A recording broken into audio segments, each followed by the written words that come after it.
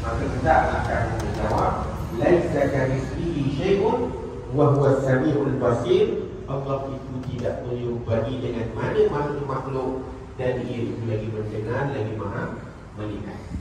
Dalam surah Al-Ikhlas biasa kita baca dalil bahawa sifat Allah itu walam yakul lahu kufuwan ahad, dan tidak adalah bagi Allah itu sekutu atau yang sama dengannya. Allah tak ada kesamaan dengan manusia dalam segala bentuk. Baik. Dalil akal bahawa Allah ini bersifat mukhalafatuhu lil hawadisi, law lam yakun mukhalifan lil hawadis lakana mumasilan laha, walau kana mumasilan laha lakana hadisan, kaifa wa qad thabata qidamu bidalil sabi.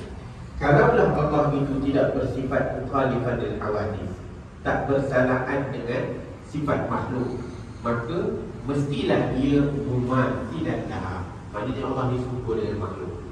Bila Allah ini serupa dengan makhluk, maka Allah ini sesuai dengan sifat-sifat makhluk. Terantaranya ialah Allah itu tidak qidam dan tidak baqa. Sedangkan kita dah buktikan tadi, Allah wajib bersifat qidam dan wajib bersifat baqa. Maka Allah juga wajib bersifat tunggal. Dia bukan satu.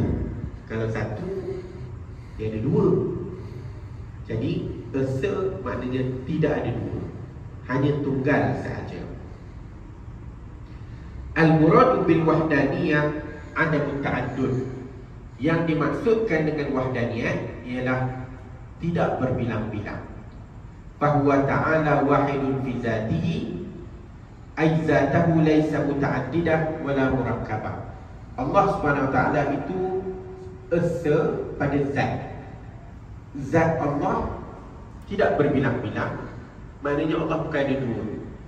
Ada Allah di bumi, ada Allah di langit, ada Allah di lautan. Tak ada. Zat Allah hanyalah satu. Wala murakkabah, dan juga tidak berjuzuk-juzuk. Tak ada kepala, tak ada tangan, tak ada kaki, tak ada rambut, tak ada mata, berjuzuk-juzuk. Allah tidak bersifat demikian. Wa wahidun fi sifatihi, dan Allah juga mempunyai wahdaniyah pada sifat. Sifatnya adalah sifat wahdaniyah, iaitu esa. Ai innahu ta'ala laysat lahu sifatani min jinsin wahid ka-qudratain, wa laysa li ghairihi sifatun tushbihu sifatahu. Iaitu Allah tidak memiliki dua sifat dari jenis yang sama. Kalau kata sifat Allah itu bersifat kudrah, Allah itu kudrah mempunyai kuasa. Kuasa Allah itu satu untuk semua. Satu untuk semua. Kudrah Allah SWT, Allah berkudrah untuk melakukan apa saja. Dia tak ada dua kudrah. Satu kudrah pada waktu malam, satu kudrah pada waktu siang. Tak ada. Kudrah untuk buat kebaikan, kudrah untuk mengelak kejahatan. Tak ada. Kudrah Allah hanya satu. Kemudian sifat kudrah Allah itu pula tidak ada sesuatu pun yang menyerupai kudrah itu. Allah itu berkuasa, kita juga berkuasa. Macam contohlah, saya nak angkat botol, nampak macam saya berkuasa, tapi sebenarnya saya tak berkuasa. Yang berkuasa hanya Allah Subhanahu Wa Taala. Tak ada siapa yang menyerupai dengan kekuasaan Allah. Wa wahidun fi af'alihi, dan Allah itu esa dalam perbuatannya.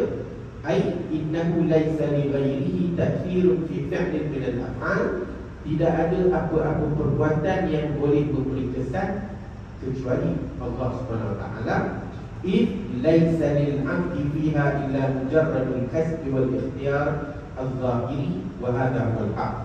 Yang mana tidak ada pada manusia itu melainkan usaha dan ikhtiar. Manusia ada usaha dan ikhtiar, sedangkan kuasa itu adalah milik Allah SWT. Jadi maknanya tuan-tuan dan puan-puan, bila saya nak minum, saya minum ini, apa yang ada pada saya? Yang ada pada saya ialah al-kasb wal ikhtiyar, usaha dan ikhtiar. Itu dia. Saya terhenti dalam hati saya nak minum, maka saya angkat botol, saya minum. siapa yang beri kudrah kepada saya untuk angkat botol dan minum? Allah SWT. Ini bukan kuasa saya, bukan kudrah saya untuk angkat botol. Bila kita nak berjalan, maka Allah beri kita kudrah untuk berjalan. Kudrah itu semata-mata perbuatan Allah SWT. Tidak ada perbuatan makhluk sedikit pun. Allah sebut dalam Al-Quran, wa ma ramaita id ramaita walakinna Allah rama. Dan ketika kamu melontar panah, sebenarnya bukan kamu yang melontar, tapi Allah lah yang melontar. Maknanya apa? Kita ada ikhtiar untuk tarik panah, tetapi Allah beri kita kudrah untuk melaksanakan apa yang kita nak. Apa yang ada pada manusia? Yang ada pada manusia hanyalah kehendak sahaja. Kita tak ada lain selain daripada kehendak. Allah sebut, wa ma tasha'una illa an yasha Allah. Dan tidaklah kamu berkehendak melainkan dengan izin Allah SWT. Tidak ada kehendak. Kerana itu, bila kita melakukan sesuatu tanpa sengaja, kita tak ada dosa. Tak sengaja kan? Kita tak ada dosa. Siapa yang buat? Kita juga yang buat. Nampak je lah. Nampak macam kita buat. Kita bantu kereta, buat melanggar orang. Nampak macam kita buat. Tapi kenapa tak ada dosa? Sebab tak ada kehendak. Kehendak itu tak ada. Jadi kita dihukum berdasarkan kepada kehendak yang kita lakukan. Baik, berhubung dengan perbuatan manusia ini, Ahli Sunnah wal Jamaah berpendapat, inna af'alul abdi lahu fiha mujarradul kasb wal ikhtiyar al-zahiri, wa amma al-fi'lu fa mahbubun min qibali al-haqqi tabaraka wa ta'ala, wal abdu muhasabun 'ala al-ikhtiyar al-muqarin li khalqillah al-karim. Ikut pandangan Ahli Sunnah wal Jamaah, perbuatan hamba itu semata-mata usaha dan ikhtiar sahaja. Adapun perbuatan yang berlaku, fa makhlukun min qibalil haq, dia adalah dibuat makhluk ini dibuat oleh Allah Subhanahu Wa Taala. Wal 'abdu muhasabun 'ala al-ikhtiyaril muqarin, dan hamba itu hanya dihitung berdasarkan kepada ikhtiar dia dalam usaha untuk melakukan apa-apa perbuatan. Ikhtiar dia je, dia berikhtiar nak buat, maka dia akan dihukum berdasarkan kepada ikhtiar. Apa dalilnya? Dalilnya ialah Allah berfirman, wallahu khalaqakum wa ma ta'malun, dan Allah lah yang menjadikan kamu, menciptakan kamu, dan Allah lah yang menjadikan apa yang kamu buat. Yang kamu buat setiap hari ini, kamu baca buku, Allah lah yang beri kita kudrah. Yang kita datang ke masjid ini, Allah lah yang beri kita kudrah. Sebab tu bila Allah pagi kita sembahyang, hayya 'alas salah, hayya 'alal falah, kita jawab, la haula wala quwwata illa billah. Tidak ada daya dan tidak ada upaya melainkan Allah SWT yang memberi. Kalau Allah beri kita kudrah untuk berjalan, kita jalan. Tapi Allah nak beri pada siapa? Allah nak beri pada orang yang no. Kalau kamu nak pergi, Allah bagi. Tapi kalau kamu tak nak pergi, duduklah kat rumah.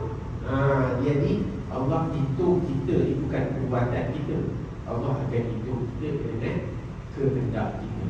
Kerana itulah orang yang berniat untuk mengerjakan sembahyang malam. Dia tidur, dia niat, aku nak bangun tahajud.